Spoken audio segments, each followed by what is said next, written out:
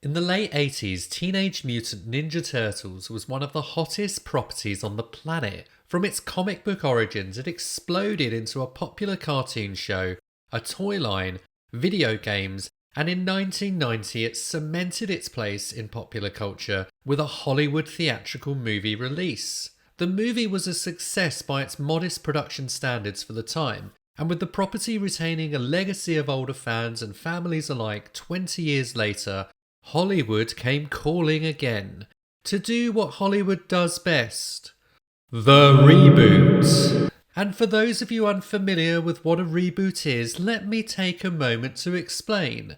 It takes an original story or premise, already brought to life on the big screen, and retells that story. But this time it's better, it's bigger, and it often feels the need to poke fun at its predecessor, to take it down a peg or two, just to make sure audiences know it's better. But you see, often the reboot isn't better, despite being bigger and full of disdain for the source material. And it's back to Teenage Mutant Ninja Turtles we now turn in this video, where we'll look at each movie side by side in a data deconstruction, with scene-by-scene analysis where I'll make the case that bigger isn't necessarily better, and that Hollywood might want to rethink the reboot. So let's get started. First off, which of the 1990 or 2014 movie was more successful? At first glance, even when we adjust the 1990 movie for inflation, we see that the reboot wins hands down with more takings. But there's another little detail we need to consider before we move on, and that's profit. You see, while some movie studios may have forgotten this, they are businesses, and businesses need to make money, also known as profit. And when we calculate the profit of each film by minusing the reported production costs from the box office, we see the return for the 1990 movie is 15 times its cost, versus the near 4 times the cost for the 2014 movie. And when we look at the Rotten Tomatoes audience ratings, we also see a similar pattern, a respectable 50% for 2014 and a stronger 81% for 1990. Does that mean 2014 Turtles was a failure? No, and certainly not by more recent standards. But it wasn't the barnstorming cash generator of 1990s Turtles, and this warrants a deconstruction to get to the bottom of why. So let's start our deconstruction journey with a spoiler-filled plot summary of each movie before we dive into the scene-by-scene data analysis. The 1990 movie starts with a crime wave sweeping New York, with the mysterious Foot Clan rumoured to be responsible. The police can't or won't take them on, so it's left to TV news reporter April O'Neil to bust this case wide open.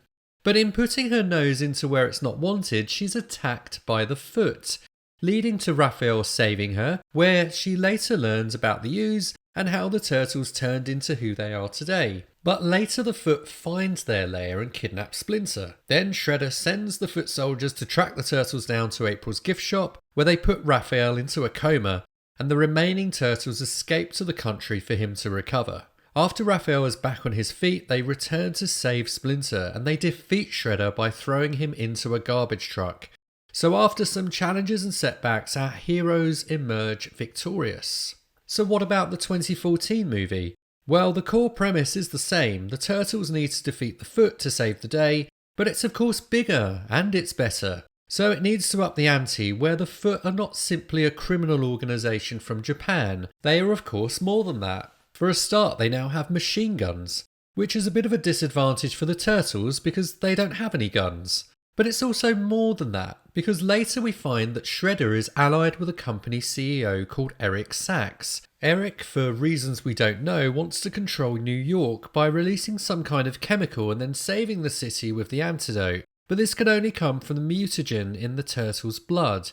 And he knows this because they were in his lab experiments, and April remembers this because she was the daughter of Sachs' partner, where she fed them some pizza. It's a small world indeed when you live in a city of 8 million people, and despite choosing a career in journalism, you happen to have been the daughter of one of the scientists that created the Turtles over 10 years ago. But whatever. And like the 1990 movie, the Turtles have a showdown with Shredder and win the day, in of course a bigger and better way. So on the surface, similar stories, but when we analyse their respective scenes and runtime, we see big differences.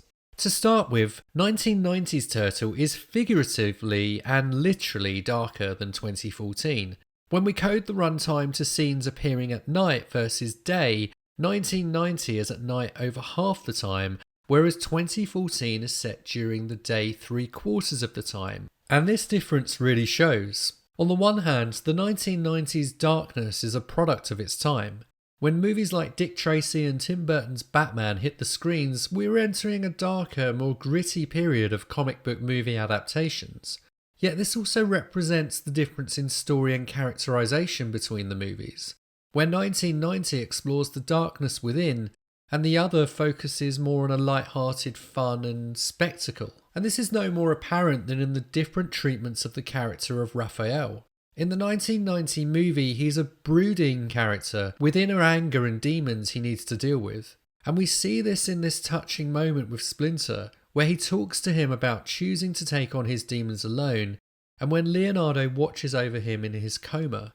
Raphael is also a more individual character in the 1990 movie, with 10% of his screen time shared with one other character, versus 0% for the 2014 movie, and where typically he's shown with bigger groups. And his brooding inner anger is more glossed over in 2014, like where we see one or two scenes of frustration where he challenges Leonardo's leadership, and then when he rescues his brothers from the facility where they take their mutagen. But for the most part, in this movie he's shown in a group, typically with the other turtles. And this theme of darkness and light extends to the antagonist, Shredder.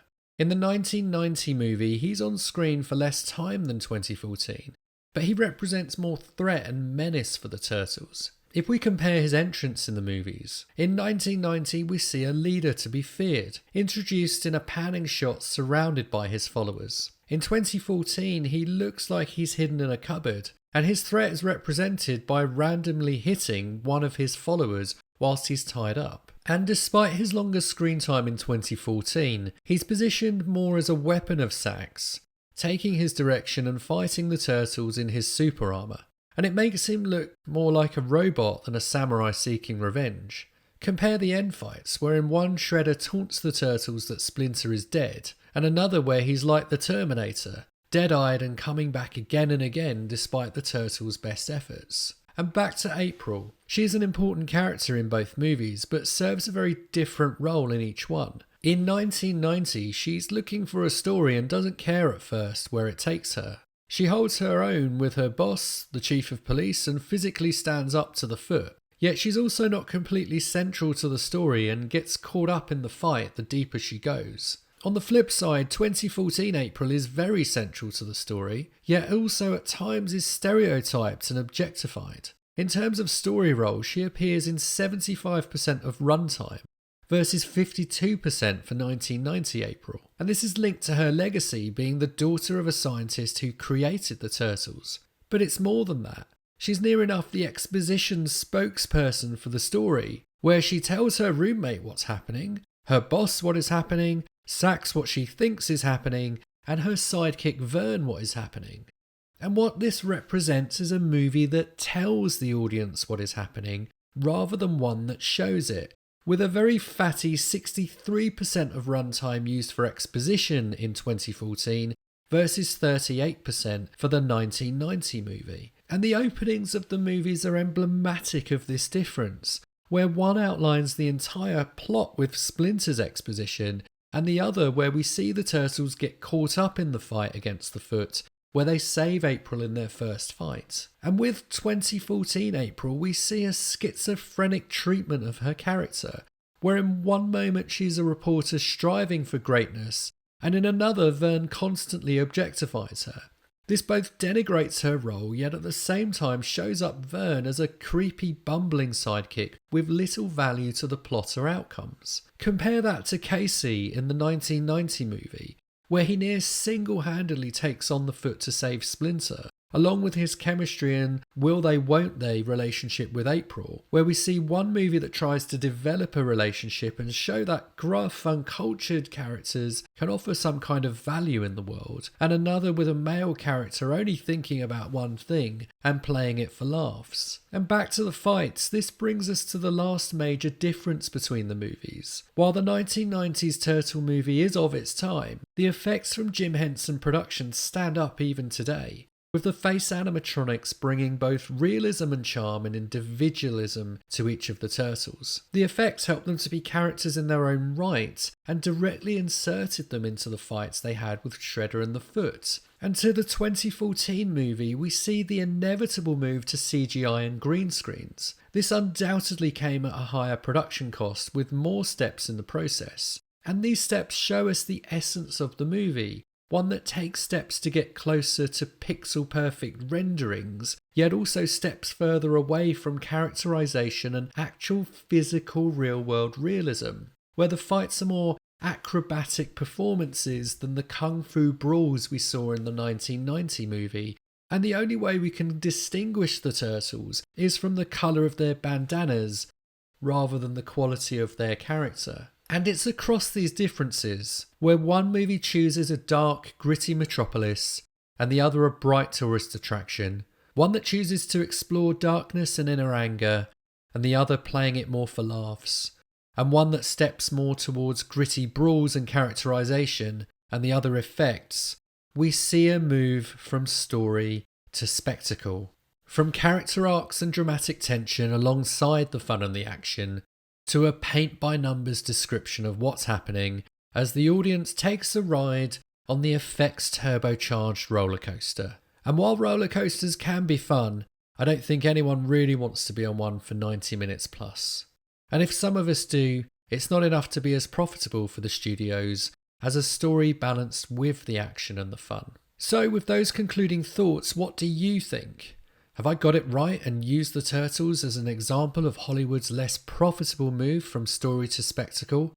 Or am I looking back to the experience of my youth through a rose-tinted screen? Drop a like or a comment on the video to let me know. And if you liked what you saw today, please subscribe so we can explore together more examples of this move from story to spectacle. And remember, in the way of data and observation, we can save entertainment.